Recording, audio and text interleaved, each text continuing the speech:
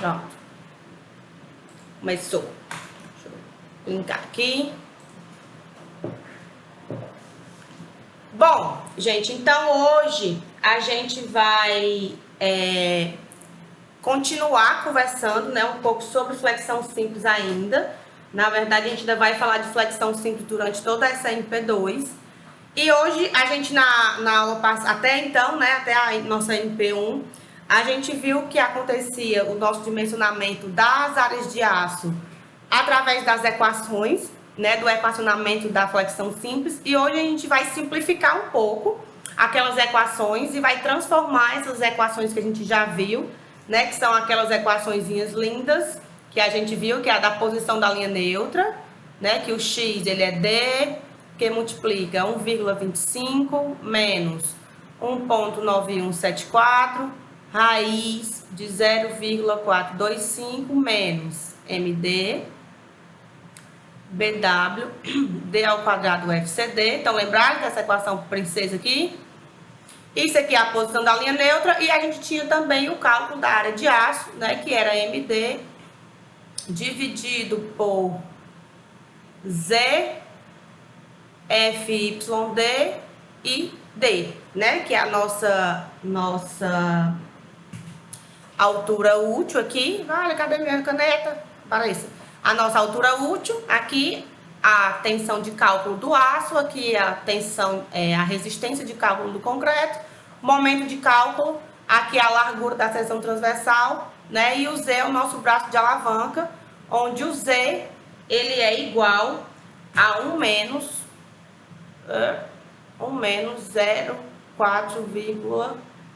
0,4x, né? Então, a gente consegue calcular o Z através do x e aí lança lá na equação da área de aço, tá? Então, esse era o equacionamento que a gente vinha aqui trabalhando, né, até então. Então, hoje a gente vai dar um jeito aqui de simplificar a nossa vida, né, através desses cálculos, para facilitar um pouco o nosso dimensionamento de peças, a flexão, tá?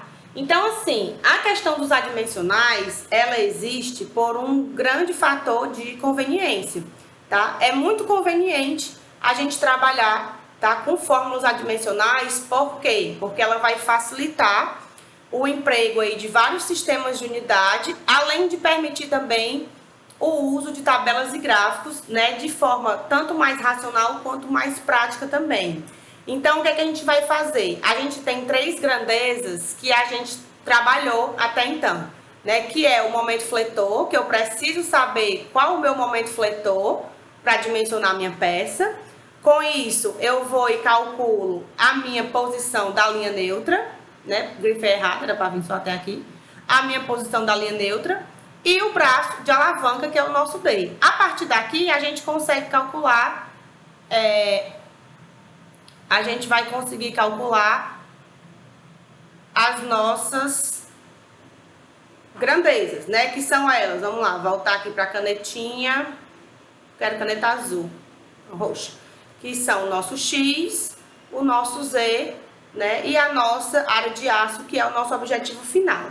Então, a gente tinha a posição da linha neutra e o braço de alavanca. Isso, toda essa galera aí era função do momento de cálculo, né? Isso aqui é o nosso momento fletor de cálculo. Tá dando para entender essa letra aí?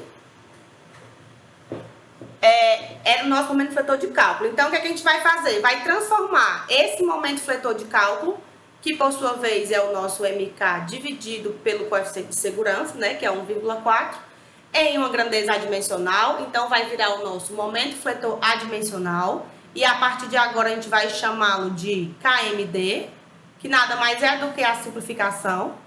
A posição da linha neutra, que era o nosso X, a gente também vai transformá-la em adimensional. Então, ela vai virar agora o KX. E o nosso braço de alavanca, que era o Z, ele também vira uma grandeza adimensional e a gente vai chamá-lo de KZ.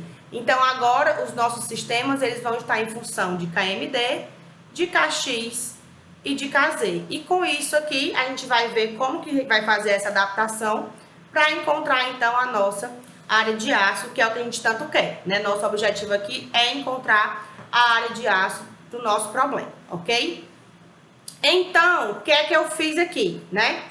Isso aqui é aquela equação que a gente já viu nas aulas anteriores, né? Naquela aula de flexão simples, eu coloquei até no slide para vocês, que é a equação, né, do momento resistente através do equilíbrio da seção, né? Quando eu tenho aqui a minha seção transversal e aí eu tenho aqui a minha resistente de tração, minha resultante de tração, perdão, eu tenho aqui a minha resultante de compressão e isso aqui gera, né, um momento que a gente chama de MK e que a gente acaba transformando em MD para fazer o cálculo, ok? Então, esse MD aqui, aplicando aqui o equilíbrio das forças, lembrando que a distância entre elas, até que eu não estou tão ruim de 3D hoje, é o nosso Z, é o nosso Z, né? Aqui tá as nossas barrinhas de aço. Então, fazendo aqui o equilíbrio dessas forças e aplicando as leis da elasticidade, né? De que pressão é força sobre área e que a deformação é tensão vezes o modo de elasticidade. Nossa, isso ficou muito feio.